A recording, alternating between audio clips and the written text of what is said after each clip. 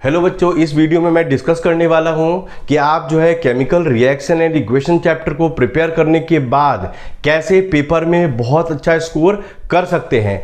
किस पार्ट में ज़्यादा फोकस करना है, किस पार्ट में ज़्यादा फोकस नहीं करना है। नॉर्मली क्या देखा जाता है कि इस चैप्टर को बहुत अच्छी तरह से बच्चे प्रिपेयर कर लेते हैं, लेकिन पेपर में एग्जाम में वो बढ़िया स्कोर नहीं कर पाते हैं। तो आपको मैं ये बताने वाला हूँ कि किस पार्ट पे ज़्यादा आपको फोकस करना है। जिस सीक्वेंस में मैं आपको बताने वाला हूँ, अगर आप इस सीक्वेंस को फॉलो करेंगे तो मैं 100% दावा करता हूँ कि आप जो है इस चैप्टर में बहुत बढ़िया पेपर में स्कोर करेंगे। क्योंकि ज़्यादातर बच्चों को ये पता ही नहीं है किस पार्ट पे हमें ज़्यादा फोकस करना है और किस पार्ट को बस ऐसे ही देख लेना है। देखिए, सबसे पहली बात क्या है, chemical reaction and equation chapter में, इस चैप्टर के अंदर 11 एक्टिविटीज गिवन है और जो है ज़्यादातर बच्चों को ये पता ही नहीं है कि 50% जितना भी आपका इस चैप्टर का वेटेज है, 50 to 70% क्वेश्चंस इसी पार्ट से आते हैं। तो सबसे पहला जो फोकस करने का पार्ट है इस चैप्टर में, तो 11 एक्टिविटी मैं आपको बोलूँगा। 11 एक्टिविटी जो है ना,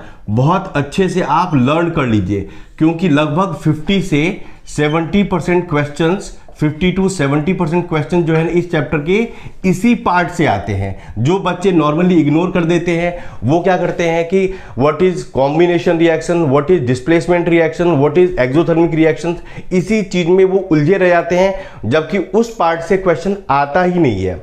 दूसरी बात, इस चैप्टर के इन बिटवीन और back questions, in between and back questions बहुत अच्छे से आप प्रिपेयर करिए। इस चैप्टर के इन बिटवीन एंड बैक क्वेश्चंस बहुत अच्छे से प्रिपेयर करिए। सबसे पहले 11 एक्टिविटी को अच्छे से आप लर्न कर लीजिए।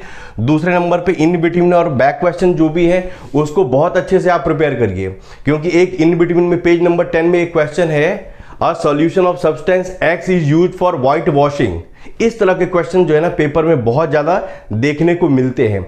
या फिर आप पेज नंबर 16 में क्वेश्चन नंबर 12 देखेंगे, write the equations of decomposition reaction where energy supplied in the form of heat और लाइट और इलेक्ट्रिसिटी। इस के आंसर में आपको बस 3 ऐसे इक्वेशंस लिखने हैं जिसमें आप डिकम्पोजिशन रिएक्शन करते हैं with the help of heat और लाइट और इलेक्ट्रिसिटी। तो ऐसे क्वेश्चंस बहुत ज़्यादा पेपर में आते हैं, नॉर्मली डेफिनेशन देखने को नहीं मिलता है। तीसरे नंबर पे आप क्या इसमें प्रिपेयर करेंगे, तो जो भी ऑक्सीडेशन एंड रिडक्शन वाला जो पार्ट है वो बहुत अच्छे से आप प्रिपेयर करिए, और इसके साथ साथ एंड रेंसिडिटी। सबसे पहले एक्टिविटीज, दूसरे नंबर पे in between and back questions, तीसरे नंबर पे ऑक्सीडेशन रिडक्शन वाला जो पार्ट है, name the substance oxidized, name the substance reduced. ऐसे क्वेश्चंस आप जरूर इसमें प्रिपेयर करिए कि जो रेंसिडिटी है, रेंसिडिटी किसे कहते हैं और how can you prevent the rancidity of food, ये वाला पार्ट।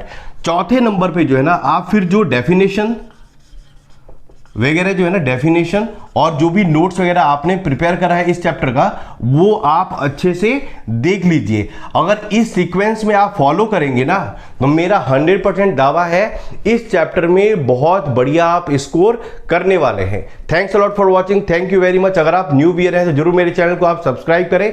आने वाले दिनों में बहुत अच्छी अच्छी वीडियोज मैं आपके लिए लेकर आने वाला हूं। Thanks a lot.